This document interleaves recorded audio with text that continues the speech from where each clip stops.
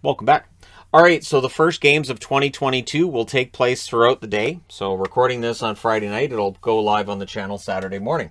We have 5 matinee games, which is unusual even for a weekend. And then we have 4 evening games. But again, it's New Year's Day, so it makes sense that they're going to have them on mostly during the afternoon time. So we have 3 games starting at 10 a.m. Pacific, 1 p.m. Eastern. And we start off here with Buffalo and Boston. The Buffalo Sabres, 10-17-5 on the season. Boston's 14-10-2. These teams have met twice. Boston won both by a combined score of 9-2.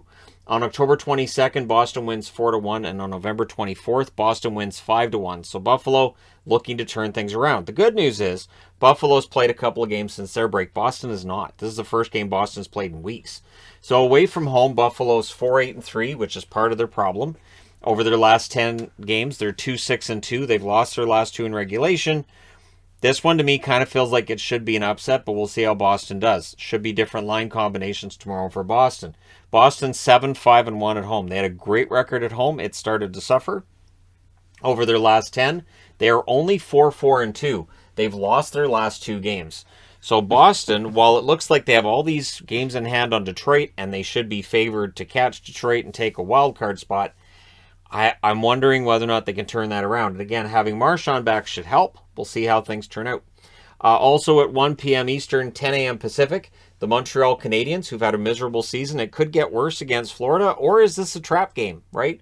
So Montreal's 7-22-4. Away from home, they're 2-12-3. Miserable record. And over their last 10, they're 1-7-2, and they lost their last game.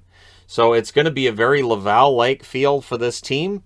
We'll see how things turn out with this game tomorrow, because Florida, who are 27-4, seem to be turning things around.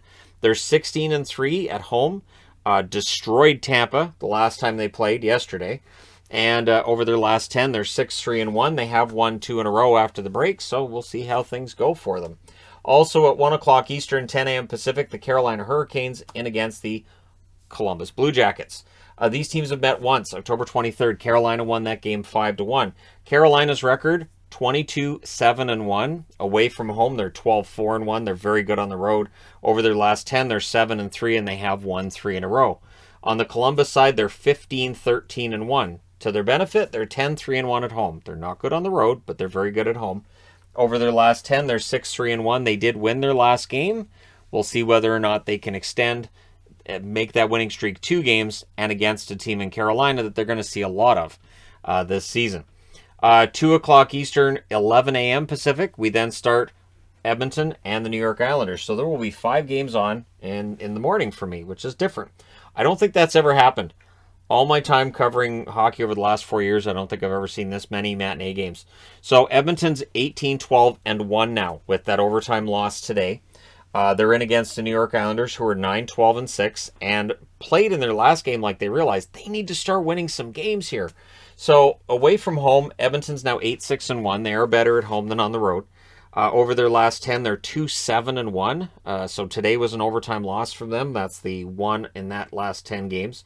The Islanders are 9-12-6. At home, they're 3-5-3, which is not very good. But over their last 10, they're 4-2-4. So they've only lost 2 in regulation out of their last 10. It's faint praise, but it's a little better than it was, say, a month ago, right? So you take it where you can get it, and now it's January, so maybe the Islanders can go on a little bit of a run here, right? So we'll see how that turns out for them. Then at 2 o'clock Eastern, 11 a.m. Pacific as well, the Chicago Blackhawks and Nashville Predators meet for the 3rd time. This is a setup where these teams have been close the first 2 times they've met. November 7th, Chicago wins 2-1 in overtime. December 17th, Nashville wins 3-2, also in overtime. Away from home, Chicago, 5-9-2. That's with their 11-15-4 record. So that away record needs to be fixed. It's the reason they're below 500. Over their last 10, they're 4-4-2. They lost their last 2 games in extra time. So really, Chicago needs to go on a winning streak if they're going to get back into the hunt here. For the Nashville Predators, 19-11-2 overall. At home, they're 9-5. They're good at home. They're good away from home as well. Over their last 10, they're 7-2-1. They did lose their last game in extra time. We'll see how things go for them tomorrow against the Chicago Blackhawks. And then we fast forward 5 hours till the next games get started. 7 o'clock Eastern, 4 p.m. Pacific. So I will do a review of these first 5 games. All the matinee games will get reviewed.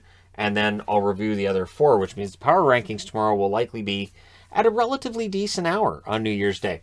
So at 7 o'clock Eastern, 4 Pacific. This game's still going on. Last I saw, Ottawa's in against Toronto. Now there's a 1,000 capacity for this game. We'll see how things go. October 14th, Ottawa won this matchup 3-2. On October 16th, Toronto got the revenge 3-1. So this is kind of the rubber match, although they meet 4 times this year. The Ottawa Senators, it's gone bad for them for the most part, although there's been some good patches here and there. They're 9-17-2 overall. Away from home, they're 4-8-2, so they also need to fix their road record. Their last 10, they're 5-4-1. They did lose their last game in extra time. The Toronto Maple Leafs, 28-2. Very good record for them. At home, they're 12-4-1. Excellent record. And their last 10, they're 7-2-1. They did win their last 2 games going into the break. So for Toronto, looking to pick up where they left off. A lot of guys coming off the protocol list today. Again, I'm kind of done reporting on it just because there's so many going on and coming off. I'm like, just leave it. And then also at 7 o'clock Eastern, 4 o'clock Pacific, these jerseys will be worn. St. Louis will be on the other side. Very unusual. Very, very unusual for a Winter Classic to have this many games competing with it. But it's a squash schedule, and it's a Saturday. So St. Louis is 18-9-5 coming into this. Away from home, they're 6-6-3, so they're better at home than on the road. Over their last 10, they are 6-2-2. They did win their last game. We'll see what happens. Minnesota, 19-9-2. At home, they're 10-2-1. Home and away always seems weird when you're talking about Winter Classics because they're outdoors. It's a completely different environment. It's not the same. But still, that home record's pretty good for Minnesota, right? Over their last 10, they're 6-3-1. They did lose their last game. We'll see who can handle the cold better. It should be quite the game. Here's hoping the ice conditions are fantastic. Fans stay warm and bundled up. And both teams have excellent games out of it, right? And then we fast forward 3 hours before the next game gets started, which is Vancouver in against Seattle. So this one starts at 10 o'clock Eastern, 7 o'clock Pacific. Vancouver won the first meeting in Seattle 4-2. I'm the first one to say Vancouver probably shouldn't have won that game. Seattle outplayed them in large runs of that game, and then Vancouver won it. Vancouver's currently 15-15-3. They have a 500 record, NHL 500, I know, but it's much better than it was before Boudreau took over. We'll see if he can continue the undefeated in regulation part of his record. They're 7-8-2 away from home, trying to get back to 500 away from home. Over their last 10, an impressive 8-1-1. Their last game was a loss, of course, in overtime. Seattle, 10-18-4. Well, it's shootout, right? Anyways, 10-18-4 for Seattle. It's been a miserable run for them. At home, they're 6-10-2. Hasn't been good at home. Hasn't been good on the road. Over their last 10, they're 2-5-3. They lost their last game.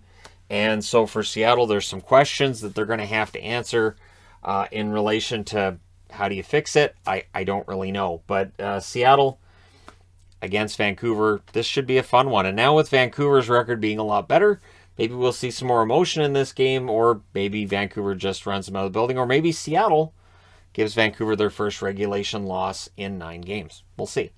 Then at 10:30 Eastern, 7:30 Pacific, because you have to have a 7:30 start in there, the LA Kings are at home against the Philadelphia Flyers. The Flyers are 13-12-6. It hasn't been pretty, but their away record is now 7-6-4. Over their last 10, they're 5-3-2. Also not pretty, and they lost their last game, of course, in extra time against San Jose. LA's 15-12-5. They're coming off of a win. They're 9-7-2 at home. Not a great home record, but still, it's better than what it's been the last few years.